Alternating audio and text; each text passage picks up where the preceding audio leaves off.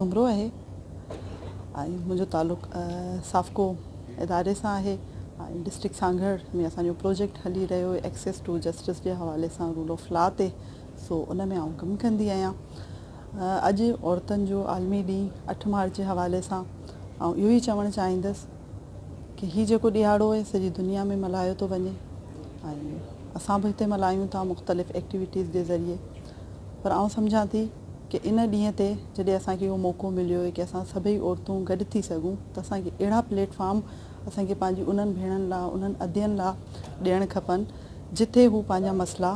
ॿुधाए सघनि, ॻाल्हाए सघनि। असांजे माण्हुनि में अॼु ॾींहं ताईं ख़ासि करे असांजी अदियनि में जेको ॿारहाड़ी जूं औरतूं आहिनि, असांजी माइनॉरिटी जे अदियूं आहिनि, मार्जिनलाइज़ कम्यूनिटी आहे, उन्हनि खे अञा ताईं ॼाण कोन्हे कानून जे हवाले सां, उन्हनि खे पंहिंजे हक़नि जे हवाले सां ऐं न कोई उन्हनि खे उहे हक़ अॼु ॾींहं ताईं मिलिया आहिनि। हालांकि ॾिठो वञे त इस्लाम बि असांखे उहे हक़ ॾिए थो एज़ ए औरत हूंदे, एज़ ए माउ, एज़ ए भेण, सभई हक़ असांखे ॾिए थो। अहिड़ी तरीक़े सां असांखे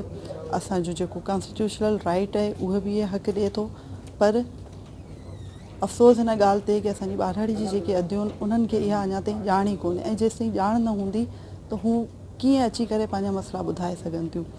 इन ॾींहं जे हवाले सां इहो ई चवणु चाहींदसि कि अहिड़ा प्लेटफॉर्म मुहैया कया वञनि उन्हनि अदियनि खे, ख़ासि करे ॿारहाड़ी जी अदियनि खे, ख़ासि करे माइनॉरिटी जी अदियनि खे, जिते अची करे हू पंहिंजा मसइला ॿुधाए सघनि। उन्हनि जा जेको राइट्स आहिनि उन्हनि लाइ कमु करण जी ज़रूरत आहे। अॼु ॾींहं ताईं बि हुननि ते घरेलू तशदुद, हरासमेंट, मुख़्तलिफ़ क़िस्म जी शयूं थींदी रहंदियूं आहिनि। उनखे हू मुंहुं ॾेई रहियूं आहिनि। इवन जेकॾहिं हू ॿाहिरि निकिरनि थियूं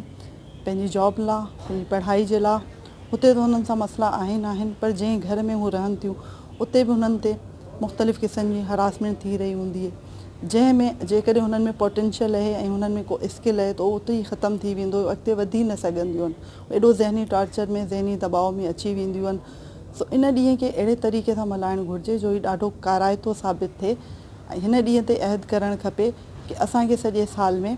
कहिड़ी ॼाण हासिलु करणी आहे, कहिड़ा कमु करणा आहिनि, ताकी जॾहिं असां ॿिए साल हिन साॻिए ॾींहं ते गॾु थियूं त असां ॾिसूं कि असां हिन सॼे साल में कहिड़ा कमु कया, कहिड़ा सुठा कमु कया, कहिड़ी ॼाण ॾिनी, कहिड़े औरतुनि जे इशूज़ खे हाईलाइट कयो ऐं हाईलाइट थियण खां पोइ आया हू मसइला कंहिं हद ताईं हल थी सघिया या हल न हल थी सघिया।